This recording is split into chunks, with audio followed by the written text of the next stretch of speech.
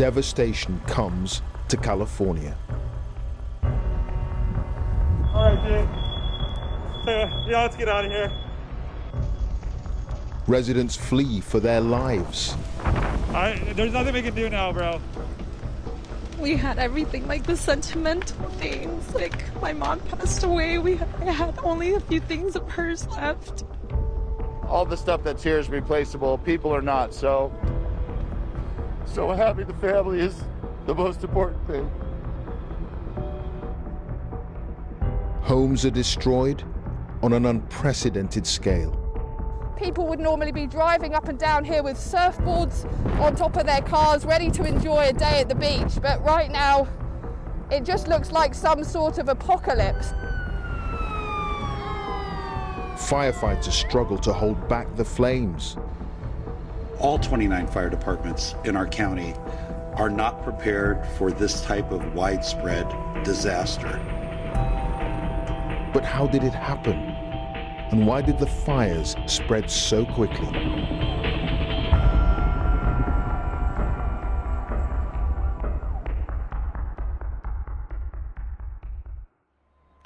Los Angeles is America's biggest city on the West Coast, and people here are used to wildfires. They've destroyed homes and businesses time and time again, but no one could have predicted the scale of the tragedy about to unfold when news first broke of one fire in one community.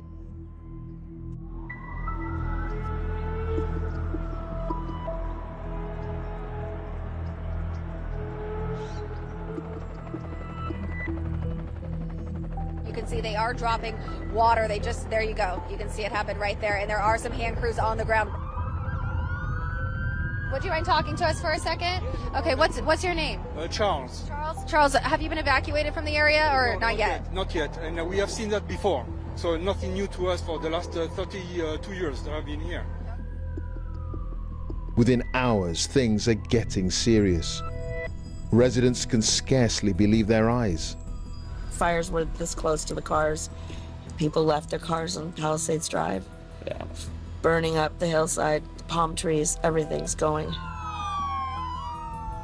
What happened? There's a lot of fire right there. That's why the people coming. We leave the car. They said to get out of your car? Okay. It's just so sad. And I feel for everyone that's lost property and fires. I've never been this close to it.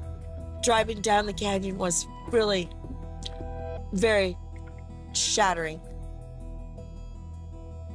Huge smoke plumes can be seen rising above the Pacific Palisades area of the city, and residents have been issued with an evacuation order. Please take this wind emergency very seriously. As you heard from the speakers before me, this is something that is going to get worse throughout the night, so we all have to look out for each other. The fire broke out around 10:30 in the morning in the Pacific Palisades neighborhood. It's an upscale area between Santa Monica and Malibu, home to many famous residents. Sitting here and waiting to find out whether we're going to be evacuated or not it's like the time can't go by any slower. Yes, baby, come here, Baba. So instead, we decided to pass the time by putting together bags of clothes for our friends who have lost everything. I have never seen flames from my house like this, ever. This is insanity. I hope everyone is staying safe tonight. Lots of love, lots of prayers. Okay, we found everyone. We're just packing up the car, getting ready to go to the hotel. It's so big, it's so red. My thoughts and prayers are with everyone tonight. I'm really praying to stop soon. Our community is beyond devastated.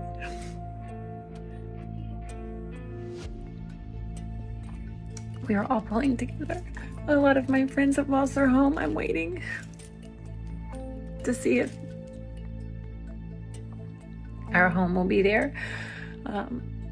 Right now it's just a waiting game. Among the buildings threatened, the world-famous Getty Museum with 44,000 artifacts.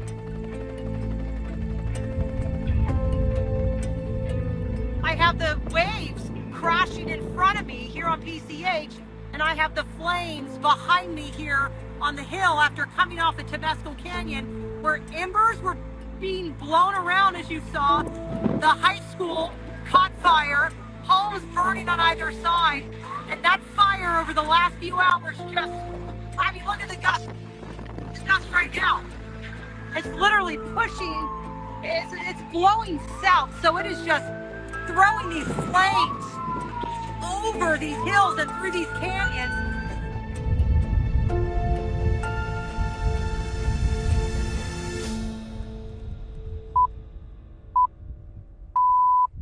The headlines. 30,000 people have been ordered to evacuate their homes because of a wildfire which is tearing through wealthy suburbs of Los Angeles. It's like a ghost town. Everybody's abandoned this place, as you can imagine, and the fires are still smouldering. People would normally be driving up and down here with surfboards on top of their cars, ready to enjoy a day at the beach, but right now it just looks like some sort of apocalypse. There's not enough structure protection in here to really try and save all of these homes. It's really going to be a struggle. This is heartbreaking. I feel for these people, and it's just sad to watch all these homes go up. This was just a little antique shop, pizza place. These places have been here forever, ever since I've been alive. I really thought my shop was gone. It's still here right now. I don't know if it'll make it or not. There's a lot of people who don't have insurance or fire insurance.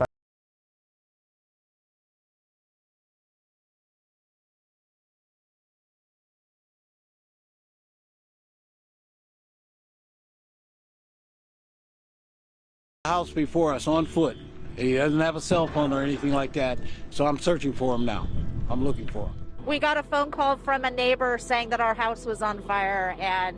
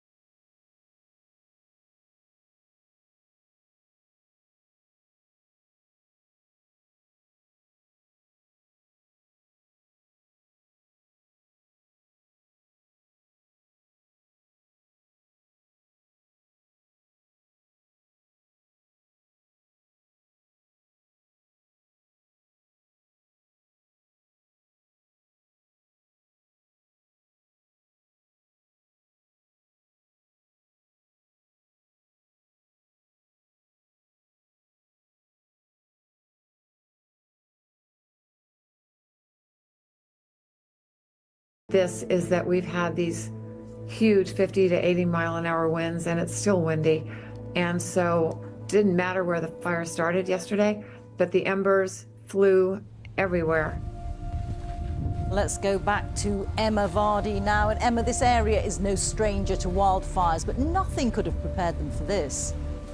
What makes this so different is that there are so many fires burning at once, and they're burning so close to residential areas.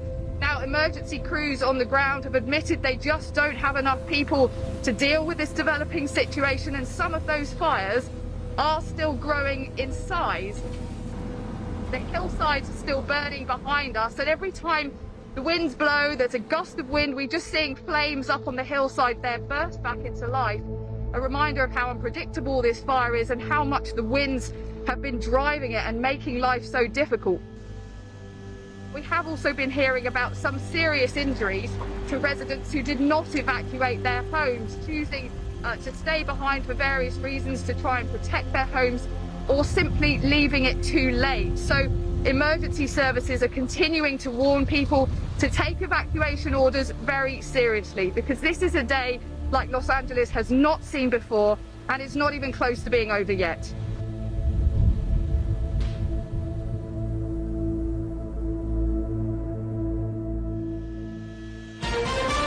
This is CBS News on the Hour. The Southern California wildfires are not only some of the most destructive in state history, they've turned deadly. At least 5 lives now reported lost. Overnight, destruction continued. 15,000 buildings had been burned, and 100,000 people had been forced from their homes. Firefighters were overwhelmed, and there were increasing reports of looting. So if I very quickly take my mask off, the air is absolutely thick with smoke. The fire crews here tell us they have a shortage of water, and in many instances they're having to stand and watch these properties burn. It is a losing battle. I never thought it would come through here.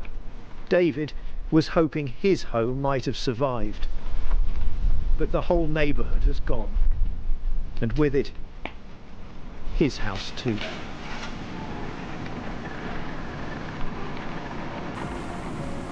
I would have thought I'd be seeing more planes flying over with water. I mean, there appears to be just 2. I mean, in California, are there not like 20 or 30 of them that they could have got you already? I would have thought the firemen would like take a stand on a certain area. Maybe they did, and I'm just not seeing it. But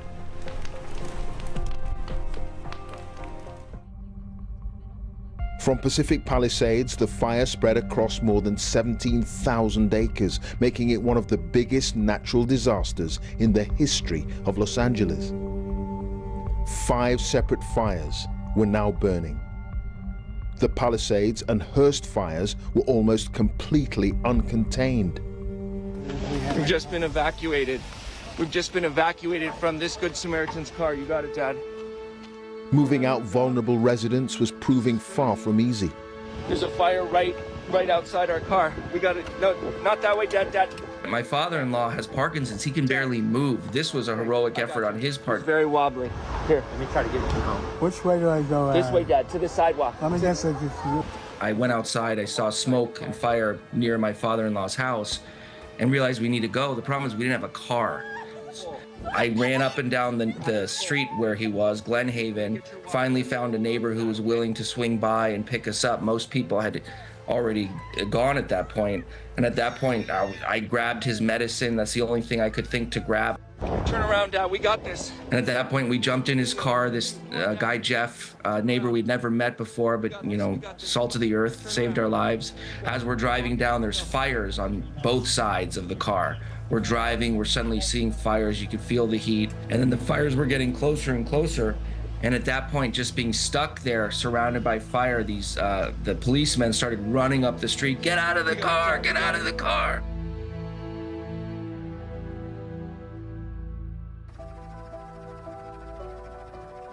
The authorities in Los Angeles have issued a powerful warning against looting and other criminal activity in areas abandoned by people fleeing wildfires. 10 people are known to have died, but officials expect this number to rise. On day 4 of the disaster, tens of thousands of acres have been destroyed. Residents are asking why help wasn't coming more quickly. It's just not enough crews, enough people. I think they're undermanned. I think that budgets have been cut. We actually came to say thank you to our house for being good to us. And we were good to it.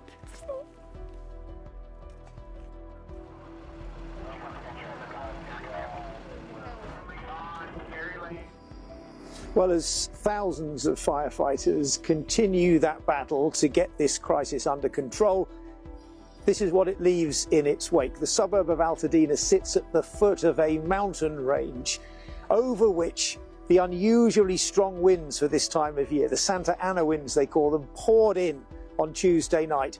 And it's that really lies at the heart of this disaster. The Santa Ana winds have had two effects. Once you get the fire going, well, it's already started, but the Santa Ana winds add in extra dry air.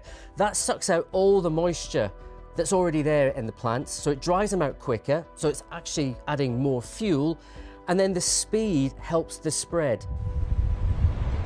If you think you can have wind speeds, basically hurricane force wind speeds blowing, with a fire in place, it will push that flame, that boundary of the fire, over huge areas in such a short space of time. And that is what we've seen in LA over the last few days. There's much debate about the emergency response. Were the authorities prepared for such a calamity? But there's also another question people are asking. Is the changing climate partly to blame for all the devastation? So what the climate scientists say is that the temperature is getting hotter. That's making things drier. You've got extended heat waves, which draw moisture out of the soil and out of the vegetation. So you've got more dry vegetation. So when a fire starts, there's more fuel to keep that fire going, and it's likely to burn longer and burn a larger area.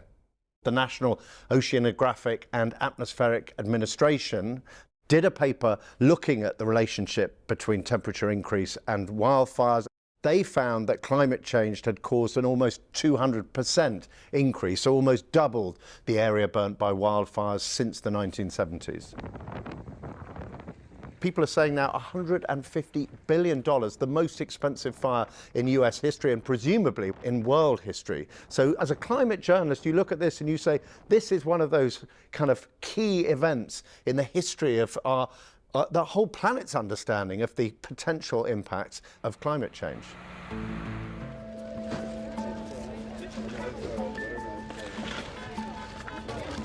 We're just letting everybody know where we're at. We're taking donations, any types. There's anything from kids supplies, pet supplies, food, anything you could think of that we could help you with. There was a lady here offering housing for people that have lost homes. We're just trying to help in any way possible in a hard time like this. I came here because I'm in need. I lost my house, my childhood home. It's just devastating. This is crazy. City I grew up in is gone. We wanted to see if we could get water because that's the mostly thing that we're worried about, the water. You know, we need water. Prince Harry and his wife Meghan have been meeting some of the first responders and victims of the fires at a World Central Kitchen site where food is being distributed. The couple spoke and, as you see, hugged some of the people who'd been affected by the Eaton fire. It's believed that they'd already contributed clothing, children's items and other essential supplies.